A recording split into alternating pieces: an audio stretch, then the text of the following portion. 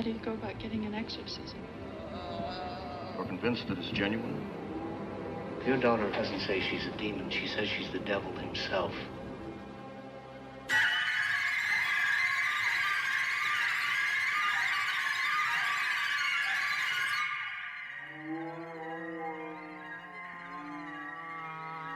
I think every one of the films I've made, they've all found me. I've never gone out looking to make a film. I was doing a press tour just before the opening of the French Connection, and I received a package from William Peter Blatty. I opened it, and there is the manuscript of The Exorcist. And I started to read it, and I read the whole thing that night.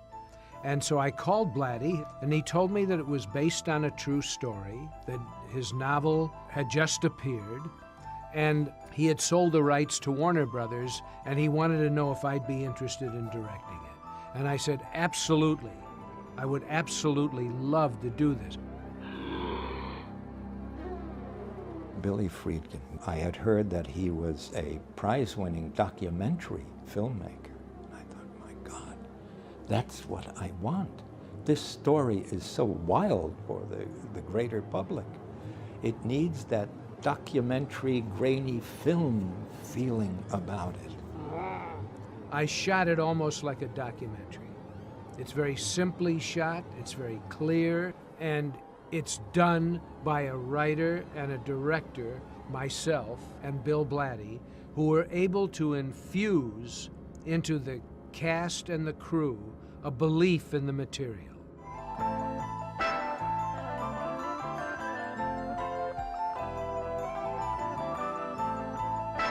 At the beginning of the film, I went to Billy and I said, you know, this is something special. I said, if you don't mind, I'd like to shoot some behind-the-scenes footage of it. And he said, no, don't worry about it. He said, Warner Brothers will send a team in and they'll be doing it. I said, okay, fine. And then one day in Georgetown, on location there, the crew showed up, and sure didn't work too well. And with that, I called a friend of mine who had a camera rental company in New York and got the camera and got the film, and we just started shooting from that day on. I made sure that we stayed in the background. I didn't get sound because I knew if we had somebody walking around with a boom pole with a mic on it, and Billy was aware of it that much, he probably would shut it down. This way, we sort of like a little unit within a unit there. It's time now to show them how we did some of this, because it is a great classic film. And some of it was a lot of hard work, and Billy did an amazing job, and he was very demanding, and he drew the best out of everybody. I think it's wonderful if we can do a reveal, that what you see is what the camera saw, then, right then.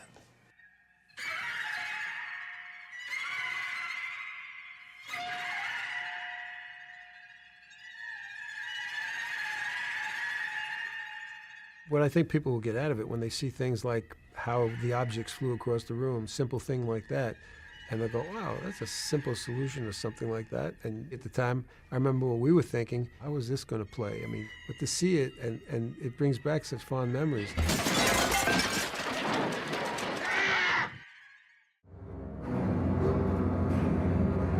Linda was just this cute, sweet, little innocent girl, 13, 14 years old.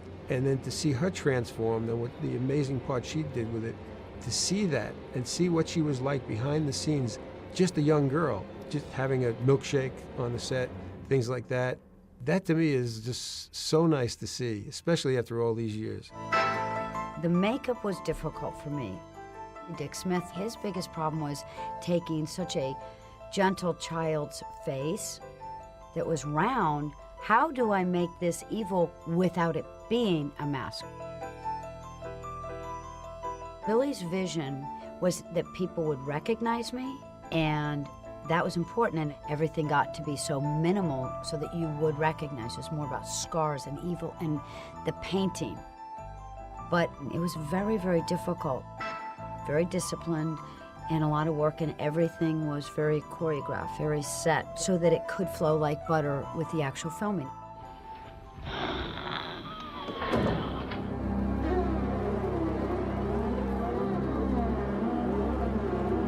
When you see how Max von Sydow is transformed from a young man into the Exorcist. It's amazing. My mother used to talk about at the end of the day when Max would take his makeup off and be going down the hall and be all young and dapper and stuff with his blazer that they wore back then. And you didn't know it was the same person.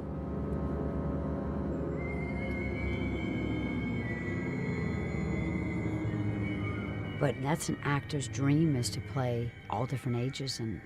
And he had his own relationship with Billy Friedkin, which I got to watch, but it was very more disciplined in certain ways, I think.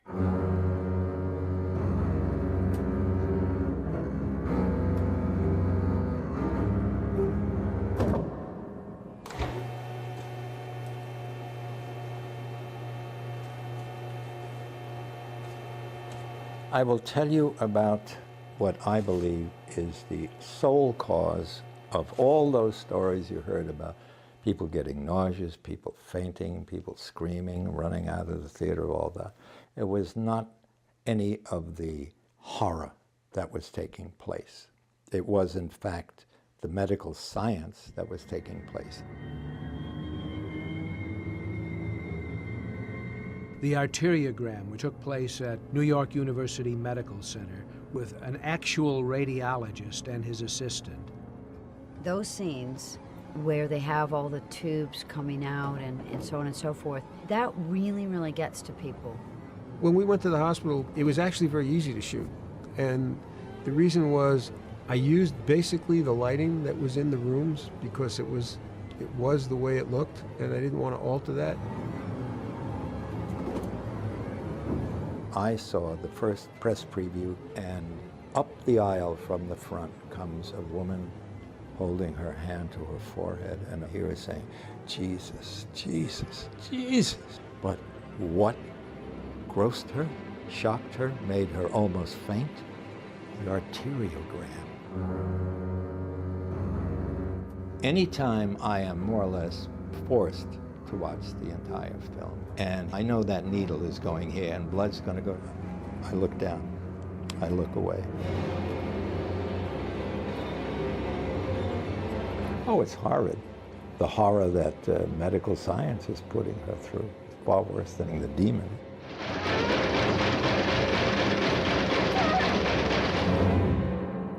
I'm speaking to the person inside of Reagan now. In the scene with the shrink, where Linda grabs him and he falls backwards, Billy wanted to have a shot going all the way down with his face right to the floor. And so we had to figure out a way to shoot that. So we had to come up with a rig. And I wish I could take credit for inventing the rig, but it was the grips that did it. I mean, we explained what the problem was, and they figured out how to do it. And so they built this great contraption where we had the actor leaning against this thing, and he's in the rig, and the camera's on one side of the rig, mounted exact distance away from his face and stays that same distance, and then they just tilt the whole thing over together.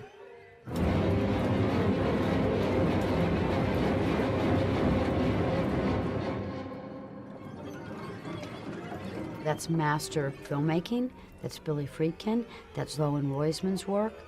And he talked to me about lenses. I talked to him about why there are different feels. And he explains, well, if you do this or you do that, you can bring in this, and there's your intimacy. I was like, wow, didn't know. Because I was very curious myself. So those are all your masters. Dr. Klein. Yes, I'm Dr. Klein. This is Dr. Terry. And then we had to do a shot where we go from the first floor to the second floor, really, in one shot. And nowadays, you'd use a Steadicam, and it would be nothing. It would be an easy shot. But we didn't have a Steadicam then. So we built this chair rig where we could mount the camera in a chair. We suspended it from wires, and this intricate cable system that could move side to side, forward and back. And the grips would be up above, and they actually controlled the chair from up above and pulled it up and slid it around in a circle. Lighting it was tricky because with all that equipment, you see shadows all over the place with wires and rigs and things like that. So I had to light it so it was shadowless completely from the first floor to the second floor.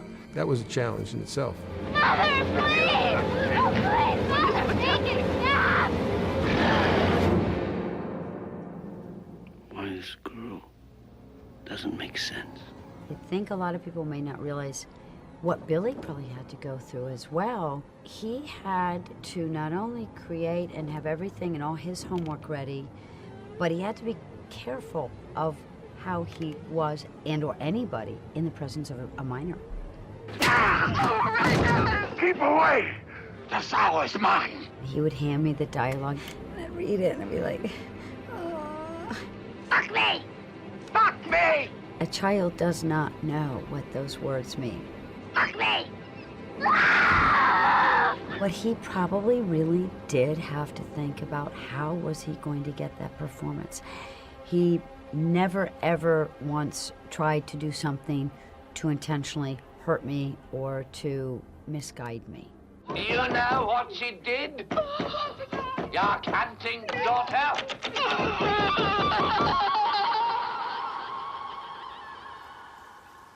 Linda Blair was just a jewel. Boy, she'd be on that set for endless hours. She never complained. I became a kind of surrogate father to Linda. I would very often kid her into doing something. I would say to her, now, you're going to have to take this crucifix and you're going to have to pretend that you are thrusting it between your legs. And she would say, oh, no, like a little girl. She was 12 years old. She'd say, oh, no, I'm not going to do that. And I'd say, oh, yes, you are. Oh, yeah, come on.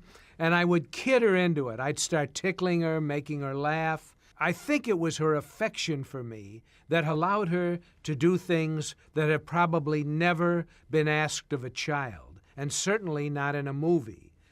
It was about mutual trust. When I was writing the novel, I had come to a point where I had to ask myself, how am I going to get this aggressively, militantly atheistic mother to take her child to a priest? And I said, what is the most horrific thing that Satan would do, which would cause the mother to go to priests? Did you put this in Reagan's bedroom? And it hit me almost immediately. It was that masturbation with the crucifix.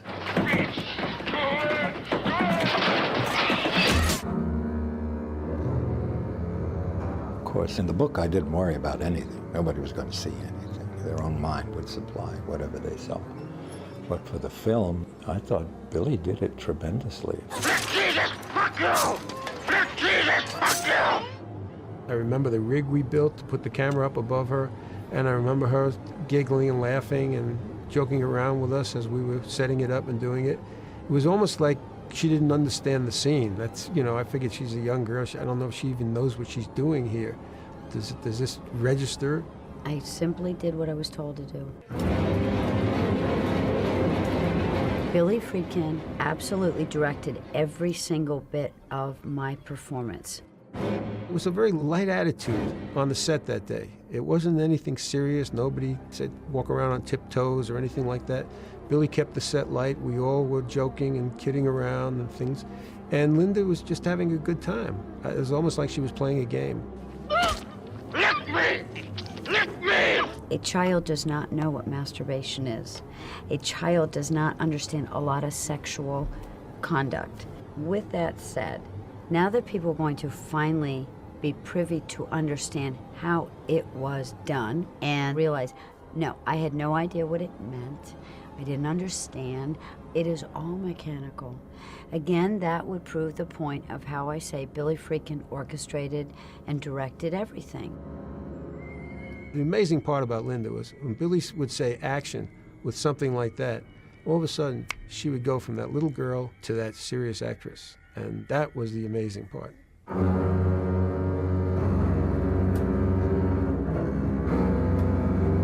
I was raised Protestant.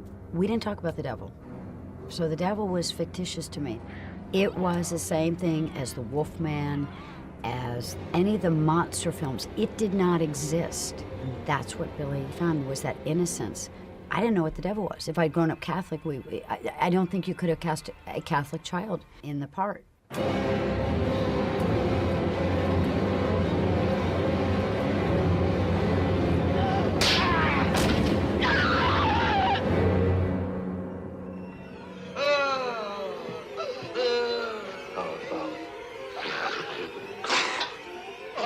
When I set out to create the illusion of all this stuff happening, I had no idea whether it would ever work or whether an audience would laugh. And on many occasions, an audience would laugh at some of the most extreme effects because laughter is a reaction to something that you can't really let in or tolerate. Very often, an audience reaction is, you know, that doesn't really bother me. I could laugh that off. What is it? I think the vomit has such power because it comes as such a surprise. Why would anybody think that all of a sudden this green bile would come out of this person? And it's the most disgusting thing you can do. People don't like to be spit on, let alone vomited on in such a way. And of course, it's the devil's way of really trying to degrade both priests. When you see the vomit come out of Linda's mouth, we had to know exactly where it was going to go. So we took a piece of cardboard and put it up and used it as a target and practiced on that to see exactly where it would be, so when Jason Miller was in there, we'd know what to do with it.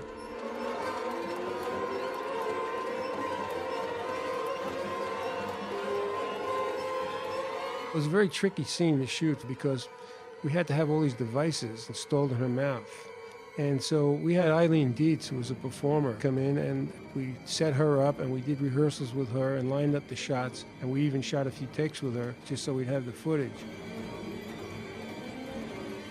I don't remember why, but I filmed mainly behind-the-scenes footage of Eileen Dietz getting into makeup and getting all the tubes put in through her mouth.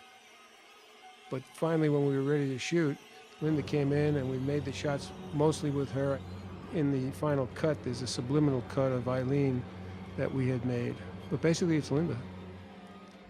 The whole time, of course, I have to keep my mouth open because once the equipment is laid on and put in, and it goes in my mouth and comes back out, and you cannot close your mouth because if you close your teeth, it'll backfire into my throat. It was really, really hard.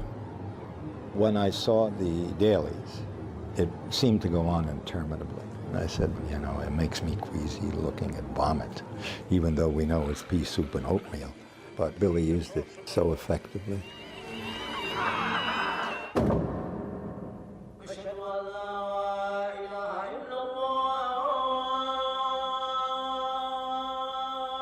Blatty begins his novel in northern Iraq, and the final sequence ends in a tiny little bedroom that's about as big as the studio we're in now.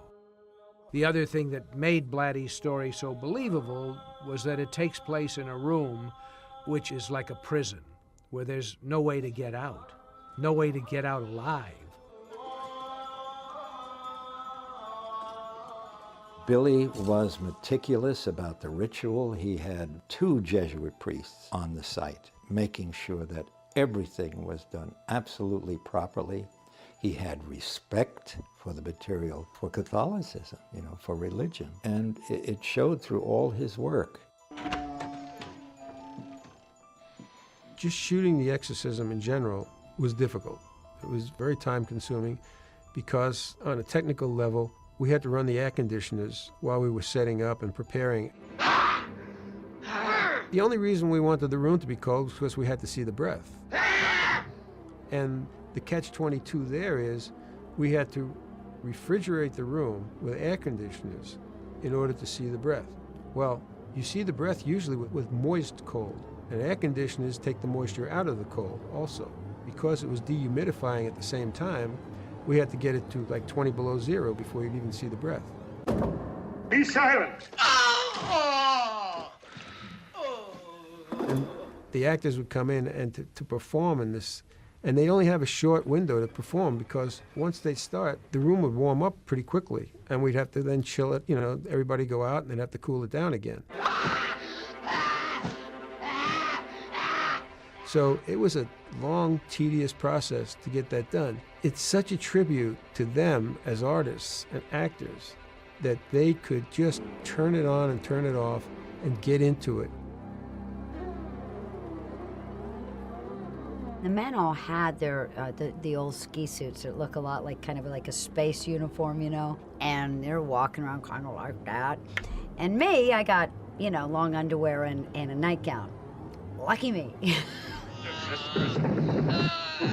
you to make in your image. If I was doing the same scene today, we wouldn't even have to do it like that because we do it all in computer graphics. There were no computer-generated images in which you could portray the special effects of The Exorcist. They all had to be done mechanically. And so when the two priests are reciting the liturgy and they see Linda's body levitate, they're seeing that right in front of them. We had to create everything mechanically on camera, and the actors could see that. What an excellent day for an exorcism. And it was pretty frightening to look at. And you could get the idea in the scene of what the audience was seeing. And so, yes, the low-tech aspect of the film did help the film at that time. I cast you out! Fortunately, I had some good training in my commercial days. And it just so happens that some of the things we did in commercials were fly people, and we flew them on wires. And so I had this little stuff in my bag of tricks now, and I was able to call on it. And so I would have the set painter paint the wires with dotted lines. When you look at a dotted line, you're not going to see it that clearly because anything that's dark against light, you'll see. Anything light against dark, you'll see. But when it's broken up with light, dark, light, dark, light, dark, you can get away with a lot with the background. I had lit it so that the background had shadows on it. And now with the painting, the scenic artist went out and hand-painted each wire. And when I saw it blend into the background, I knew it was right. The power of Christ compels you!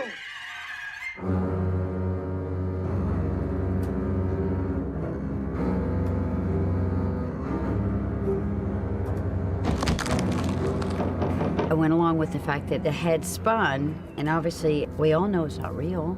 That just proves a lot of people wanted to buy into amazing filmmaking. Everybody over the years has always asked, how did she turn that head around?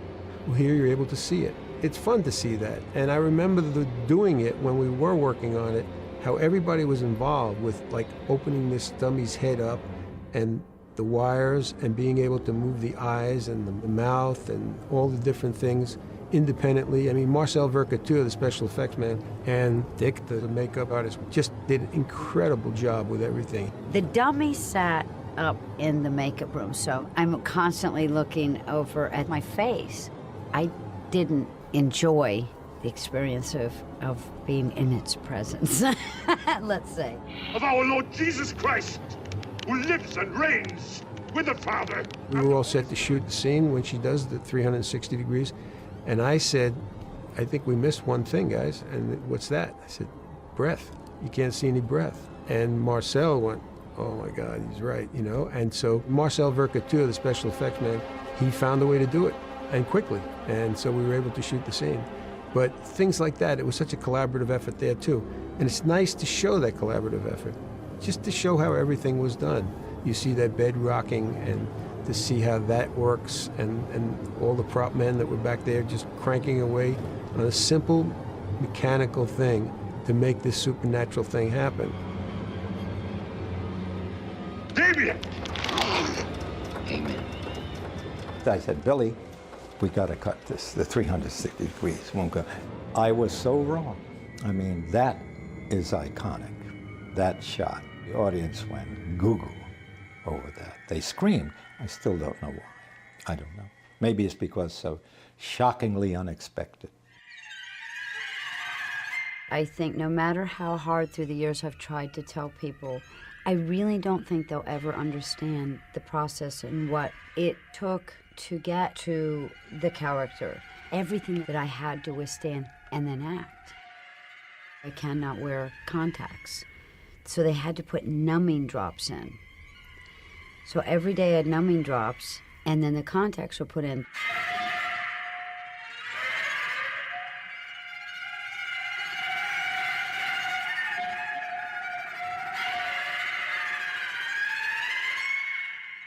The white ones that go over the whole eye were new. They were actually more comfortable. Couldn't see anything. Yeah, I don't think anybody's ever understood how hard it was for my end.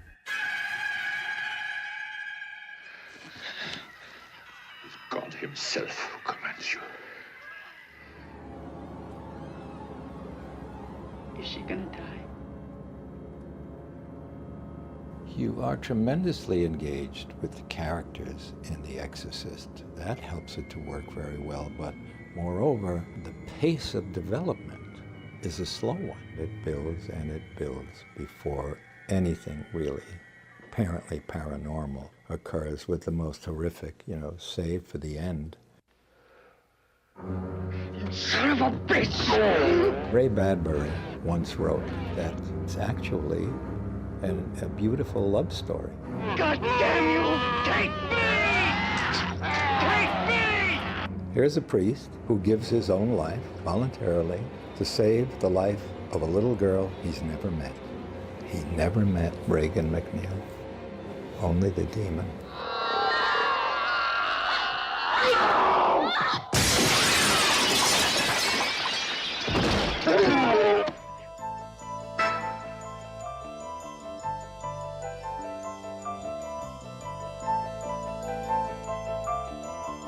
It wasn't until I saw the film later on that I truly was stunned.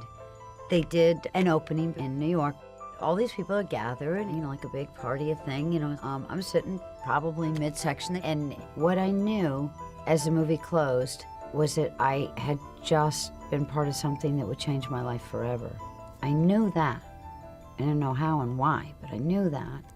And then they gave me a standing ovation, and that it meant a lot. I didn't know why. I did cry. I'm telling you that thing upstairs isn't my daughter. I know that it is considered by a great many people as a horror film. I've never thought of it that way, and I didn't approach it that way. It's a story about the mystery of faith. I'm afraid. It's a theological thriller, and I always tell young people this is not a horror film. Anybody that thinks this is a horror film is wrong. I want you to tell me that you know for a fact that there's nothing wrong with my daughter except in her mind. I saw it as a supernatural detective story in which paranormal phenomena were occurring, which in fact reportedly do occur in real life. I cringe when I hear horror applied to it.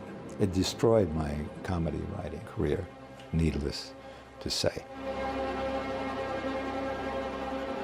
My mom always said before she died, she said, to play Jesus Christ or to play the devil will change your life forever. And she's right. You're gonna die up there. I tried really hard to let people know it was just a movie, that it took a lot, and now people can see what I endured, that I was proud to become an actor. It's a great gift to be able to be part of the art form. Mother, what's wrong with me? The Exorcist gives you one possible explanation of why bad things happen to good people. It's that simple. It also says there is a very thin line between good and evil, which is in all of us. Where's Reagan? In here with us. And this novel, Blatty's screenplay, our film, tells you that. Can't you help her? Just help her! You tell me you know for a fact that an exorcism wouldn't do any good. You tell me that!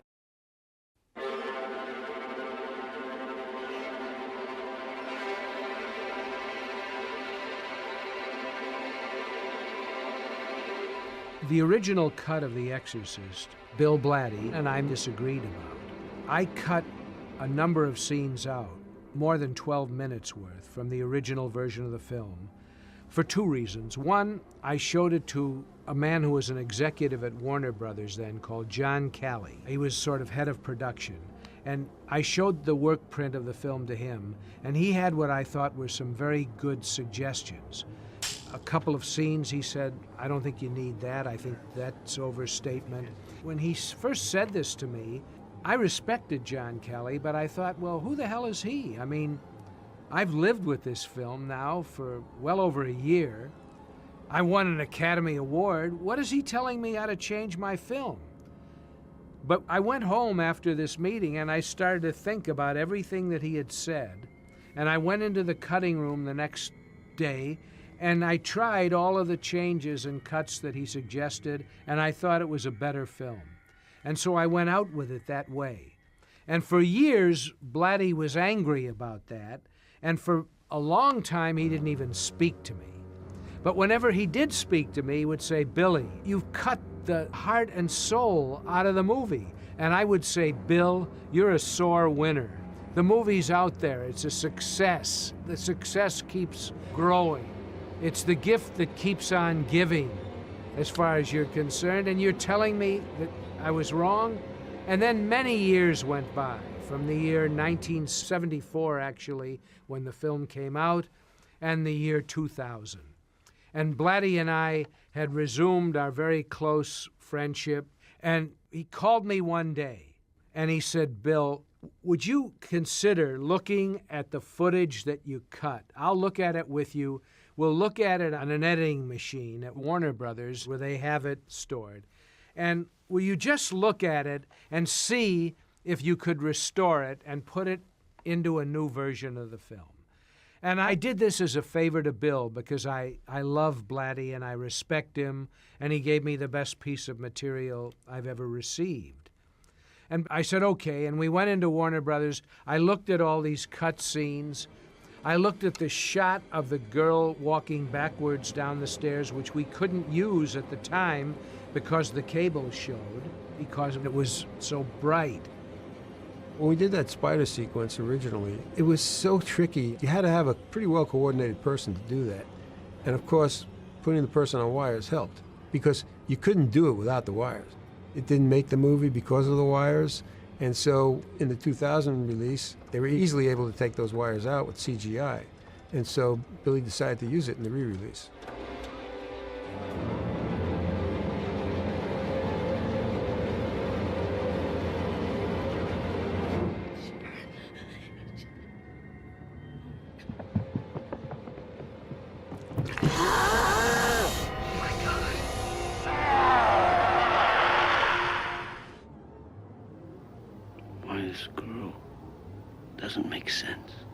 The scene in which Billy and I argued about on the set was a speech between Max von Sydow and Jason Miller on the staircase between bouts of the ritual. 232, take 7, please. And the speech was, "Why this girl? What is the sense of the point of that?" And to paraphrase Marin's answer, it was, "The girl is not the target. The target is you, me, every person in this household. And the point is to make us despair, to make us feel that humanity is ultimately vile, ugly, bestial, putrescent. So much so that if there were a God, he couldn't possibly love us." And to me, that speech was so important because, on a practical level, it would permit a member of the audience to not hate himself for enjoying some of the more horrific moments. It would explain things like the green vomit spewing, everything, all the horrific stuff. I think the point is to make us despair.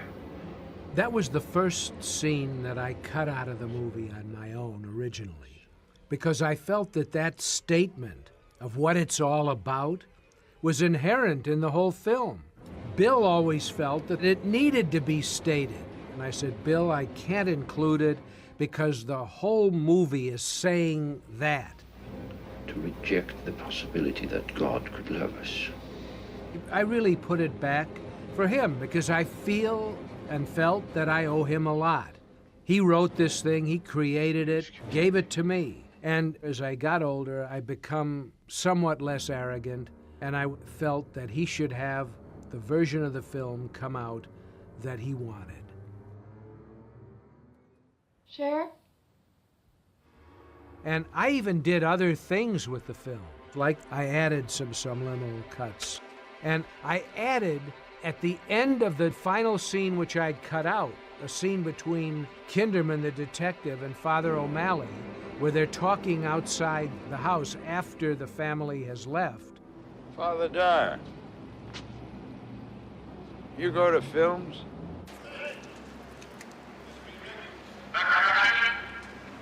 But we were unable to retrieve properly dialogue from Kinderman's voice, Lee Cobb's voice, when he says, I think this is the beginning of a beautiful friendship.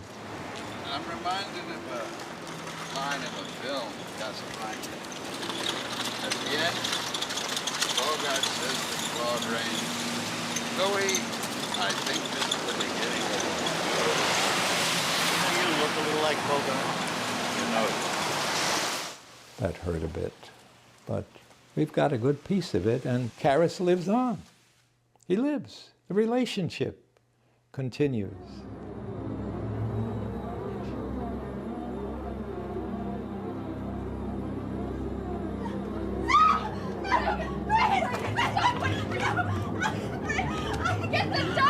There was a bunch of stuff that existed in work print that they couldn't find a matching negative. But I wasn't going to stick in a work print which is scratched and splotched, and I was going to try to integrate that into a brand new print of the movie.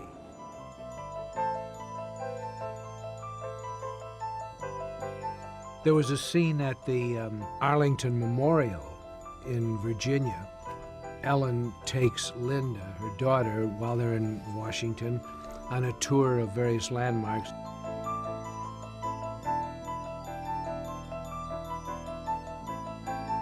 She takes them up to the tomb of the unknown soldier and watches the ceremony. And that scene was shot just for the line where little Linda says to her mother, "Mommy, why do people have to die?" And I thought it was wonderful, you know, to see this ceremony celebrating the death of the American soldiers who have died in various battles, and the little girl not understanding death, but concerned about it. And I would have put that moment back in the film, but we could not find the soundtrack.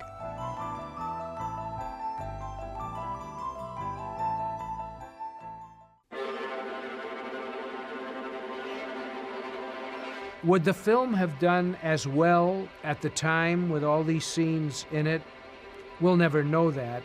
The film did great at the box office every time they release it, in no matter what version. And of course, the DVDs have been very successful, and Blu-ray is the best format that's ever come out, as far as I'm concerned, for viewing a film, and in the comfort of your own home. I've heard little details of sound effects in the Blu-ray that I had never heard, that I didn't even know were in the track.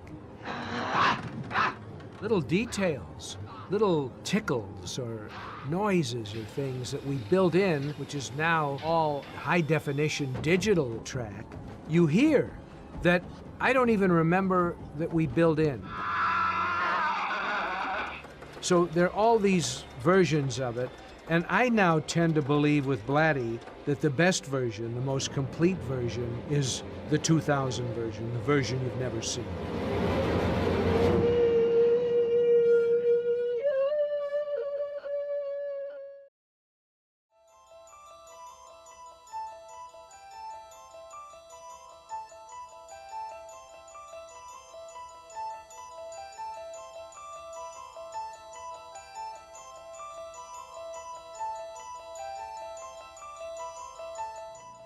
I adored Georgetown. Obviously, it was so grateful to them for giving me a scholarship that allowed me to go to any college. And if I was going to write a novel where these things take place, one, it could not possibly be something like Salem, Massachusetts, for God's sake. It had to be now, the real world. It's the busy, bustling, modern streets of Georgetown. And secondly, I didn't have to do a lot of research about the environs. I knew them so intimately. I don't think the story would be anywhere near as effective if it was set in Los Angeles. With everything else going on that went on in the story, Georgetown, the university, the church, the tradition, the old buildings, the flight of steps next to a house which appeared dangerous and where later something horrendous happens. All of these are little visual pieces of a larger puzzle that when you start to explore them, they begin to add up in the audience's subconscious and create the mood of the film. Most movies are a combination of set and locations, and The Exorcist was a wonderful combination and appropriately done. Our location scout did an amazing job finding those locations because the places in Georgetown, for example, were beautiful.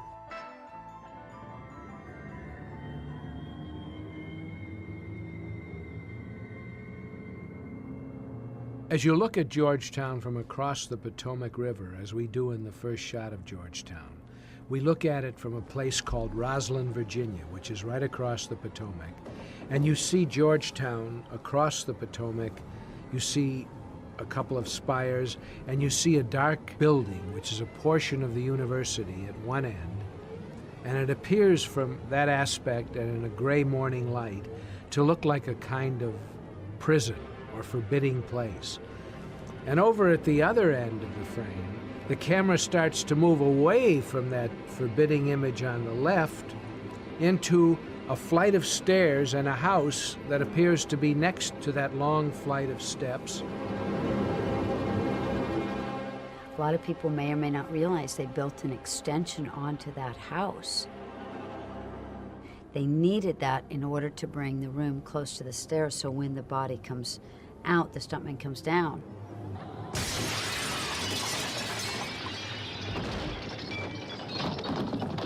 Billy Friedkin had me there the night that they did the stunt fall down the stairs. All those stairs were padded with just the smallest amount of padding.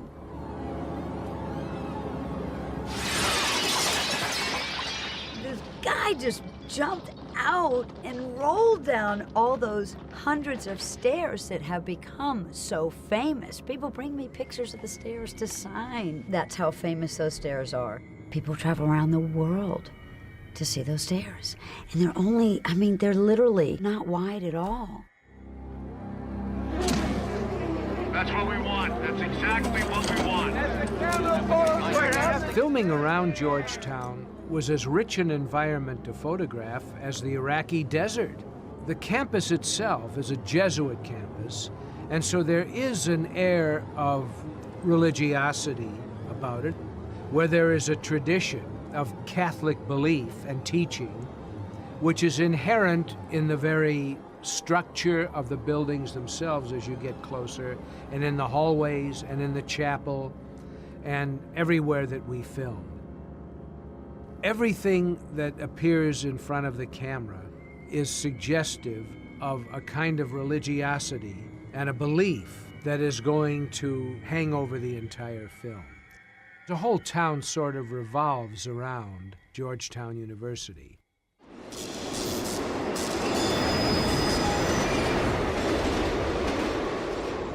And we had other locations in Manhattan that were terrific. You're hopping all overboard. Father Karras, Waiting for the Subway in New York, was set there by Blatty, and so I shot there. Blatty set Father Karras' visit to his mother somewhere in Manhattan, and we picked a street to shoot there.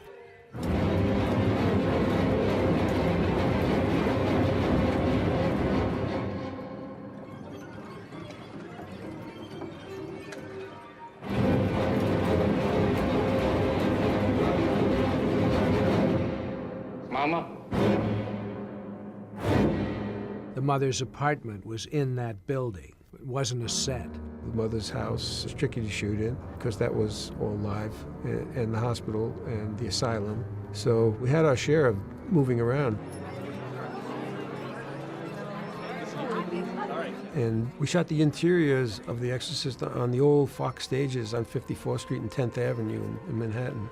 They're no longer there, but they had 2 big stages and utilized the whole place.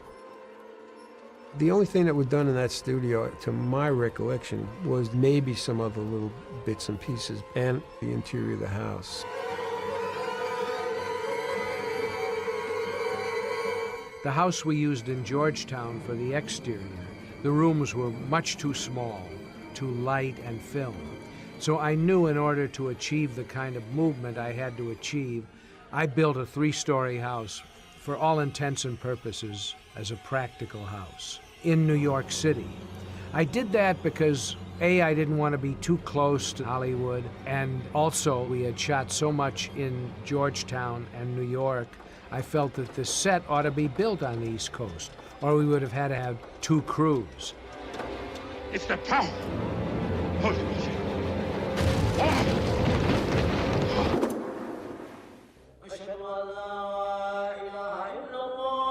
Blatty set the opening in Iraq, so I went to Iraq.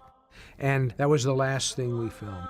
Everyone told me there's no way you'd ever be able to film in Iraq, because even then, the U.S. had no diplomatic relations with Iraq.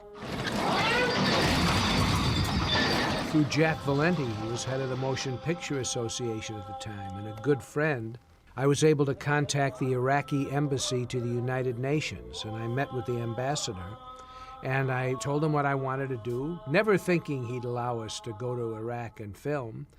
And they imposed certain conditions, but they invited us over. So all of this archaeological history and magic was right at my fingertips when I shot that opening prologue.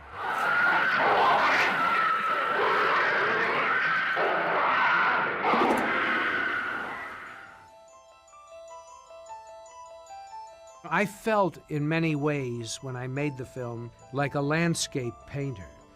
And I was very conscious of approaching the Exorcist film in that way, with a kind of painter's eye, all of which was provided for by Blatty in his screenplay. I mean, I didn't invent any of this, but he had given me a roadmap and a place in which to make shots like this.